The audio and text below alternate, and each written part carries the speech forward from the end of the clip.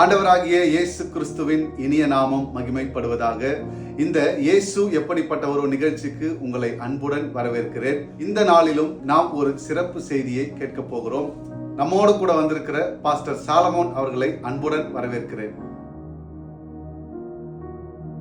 தேவனுக்கே மகிமை. இந்த நாளிலும் உங்களை சந்திப்பதில் மகிழ்ச்சி அடைகிறேன். நீதிமொழிகள் 3வது அதிகாரம் அதனுடைய 5வது வசனம் இவ்விதமாய் சொல்லுகிறது: உன் சுய புத்தியின் மேல் சாயாமல் உன் முழு இருதயத்தோடும் கர்த்தர் பேரில் நம்பிக்கையா இருந்து. சுய புத்தியின் மேல் நீ சாயாமல் அப்படின்னு சொல்லும் போது நம்மளுடைய சுயத்தின் மீது நம் சாயாமல். உதாரணத்துக்கு உங்களை நான் பார்த்து சொல்றேன், ஒவ்வொருவரும் ஒவ்வொரு ராத்திரி நம்ம படுக்கைக்கு போகிறதுக்கு முன்னாடி நாளைக்கு என்ன நடக்க போகுது, நாளைக்கு நான் எப்படி கையாளுவேன், நான் எப்படி இதெல்லாம் செய்ய போறேன்னு தெரியலையே, நாளைய தினத்தை குறித்து ஒவ்வொரு மனிதனும் படுக்கைக்கு போவதற்கு முன்பாக அவருடைய படுக்கையில் இதை யோசிப்பது நிச்சயமா ஒவ்வொருவரும் அதை யோசிப்பாங்க. ஆனால் வசனம் சொல்லுது, உன் சுய புத்தியின் மேல் நீ சாயாமல் அந்த படுக்கையில் இருக்கும்போது கர்த்தர் மேல் நம்பிக்கைது உன் வழிகளெல்லாம். அடுத்த வசனம் அதான் சொல்லுது, 6வது வசனம், உன் வழிகளெல்லாம் அவரை நினைத்துக்கொள், அப்பொழுது உன் பாதைகளை அவர் சபைப்படுத்துவார். ஒவ்வொரு நாளும் நீங்க கலங்கி எப்படி பண்ணுவேன், எப்படி இதை கையாளுவேன், இந்த காரியத்தை எல்லாம் நான் எப்படி செய்ய போறேன், குழம்பி போய் ஒரு விதமான இருண்ட சூழ்நிலையில, அந்தகாரத்தின் நேரங்களில, இருள் சூழ்ந்த நேரங்களில பாதையே தெரியல அப்படின்னு நீங்க யோசிச்சீங்கன்னா, நீங்க நடந்து போகிற பாதையில ஒண்ணு மட்டும் செய்யுங்க, அவரை நினைத்து கொள்ளுங்கள்.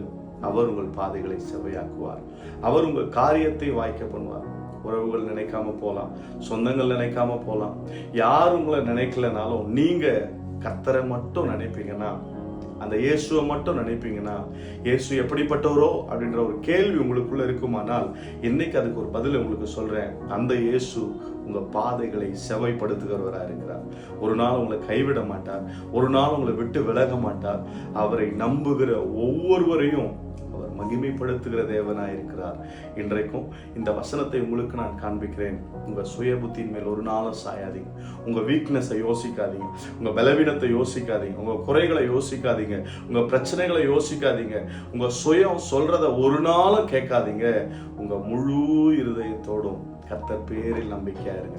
இயேசு அப்படிதான் முழு சரீரத்தை, முழு ஜீவனை, முழு உடலை நமக்காய் கொடுத்தது போல உங்க முழு இருதயத்தை கர்த்தரிடத்துல நீங்க நம்பிக்கையாய் வைக்கும் போது உங்க பாதைகளை கர்த்தர் செவையாக்குவார். கர்த்தர் தாமே இந்த வசனத்தின் மூலமாய் உங்களோடு கூட பேசியிருக்கிறார். இந்த வசனத்தின்படி கர்த்தர் உங்களை ஆசீர்வதிப்பாராக. ஆமென். ஆண்டவராகிய இயேசு கிறிஸ்துவின் இனிய நாமம் மகிமைப்படும்படியான ஒரு செய்தியை நாம் கேட்டிருக்கிறோம். எனக்கு அன்பானவர்களே, இந்த இடத்துல உன்னுடைய சுய புத்தியின் மேல் சாயாதே என்ற இந்த வார்த்தையை குறித்து நீங்கள் கவனிக்க வேண்டும். ஒருவனுடைய வாழ்க்கையிலே இந்த சுய புத்தி என்பது அவனுடைய வாழ்க்கையின் மரணம் வரைக்கும் கொண்டு போய்விடுகிற ஒரு மிகப்பெரிய ஆயுதம். எனக்கு அன்பானவர்களே, நம்முடைய தேவனாகிய கர்த்தர் இப்படிப்பட்ட சுய புத்தியில் காணப்பட்ட அநேகருக்கு உதவி செய்கிற ஒருவராய் காணப்படுகிறார். அப்படி தன்னுடைய சுய புத்தியின் மேல் சாய்ந்த ஒரு மனிதனை குறித்து நாம் இந்த வேதத்திலே பார்க்க போகிறோம். 1 சாமுவேல் 28ஆம் அதிகாரம் 7-8 வசனங்கள். அப்பொழுது சவுல் தன் ஊழியக்காரரை நோக்கி, அஞ்சனம் பார்க்கிற ஒரு ஸ்திரியை தேடுங்கள், நான் அவளிடத்தில் போய் விசாரிப்பேன் என்றான். அதற்கு அவனுடைய ஊழியக்காரர், இதோ எந்தோரில் அஞ்சனம் பார்க்கிற ஒரு ஸ்திரீ இருக்கிறாள் என்றார்கள். அப்பொழுது சவுல் வேஷம் மாறி வேறு வஸ்திரம் தரித்துக் கொண்டு அவனும் அவனோட கூட 2 பேரும் ராத்திரியிலே அந்த ஸ்திரீனிடத்தில் போய் சேர்ந்தார்கள். அவளை அவன் நோக்கி, நீ அஞ்சனம் பார்த்து எனக்கு குறி சொல்லி நான் உன்னிடத்தில் சொல்லுகிறவனை எழும்பி வரச் செய் என்றான். எனக்கு அன்பானவர்களே, இந்த சவுல் ராஜாவை நம்முடைய தேவனாகிய கர்த்தர், இஸ்ரவேல் ஜனங்கள் எங்களுக்கு ஒரு ராஜாவை ஏற்படுத்தி தர வேண்டும் என்று கேட்டுக்கொண்டதின் அடிப்படையில் தேவனாகிய கர்த்தரை நோக்கி சாமுவேல் தீர்க்கதரிசி முறையிட்டார். அதற்கு பின்பு தேவனாகிய கர்த்தர் சவுலை ஆசீர்வதித்து ராஜாவாக அமர பண்ணினார். இந்த சவுல் ராஜா அநேக நேரங்களில் தேவனாகிய கர்த்தர் சொல்லுகிற வார்த்தையின்படி நடக்காமல் அவர் தன் சுயமான காரியங்களை செய்து வருகிறவராய் இந்த வேதத்திலே நாம் பார்க்கிறோம். இப்படி சவுல் தன்னுடைய சுயமாய் நடந்து கொண்டு வந்ததன் காரணமாக தேவனாகிய கர்த்தர் சாமுவேல் தீர்க்கதரிசியை கொண்டு சவுலை புறக்கணித்து, அதாவது சவுல் ராஜாவை புறக்கணித்து தாவீது என்ற ஒரு இளைஞனை அவர் அபிஷேகம் செய்தார். இப்பொழுது இந்த சவுல் ராஜா ஒரு கடினமான சூழ்நிலையை அவர் சந்திக்கிறார்.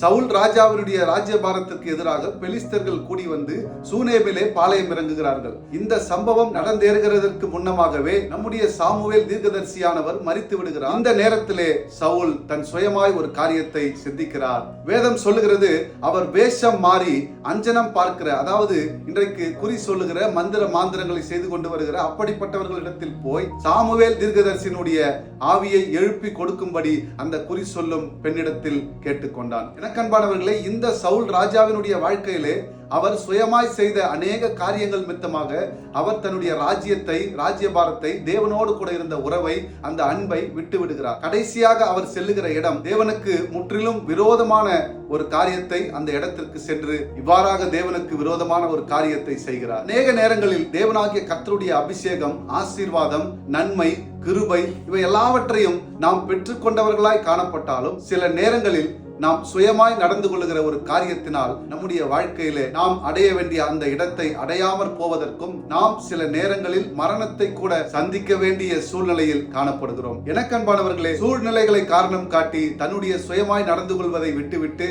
எல்லா சூழ்நிலைகளிலும் நம்மை விட்டுவிடாத இயேசுவையே பற்றி கொள்ளுங்கள். சுயமாய் தன் காரியங்களை செய்த சவுல் ராஜாவை போல் அல்ல, தன் சொந்த ரத்தத்தையே நமக்காக சிந்தின இயேசு ராஜாவை நீங்கள் நினைத்துக் கொள்ளுங்கள். அவர் தாமே நமக்காக பாடுகளை அனுபவித்து நம்மை மீட்டுக் கொண்டார். என் தேவனாகிய கர்த்தரை தேடுங்கள், அவர் உங்கள் வாழ்க்கையில் அற்புதத்தை செய்ய வல்லவராய் இருக்கிறார். Thank you. God bless you.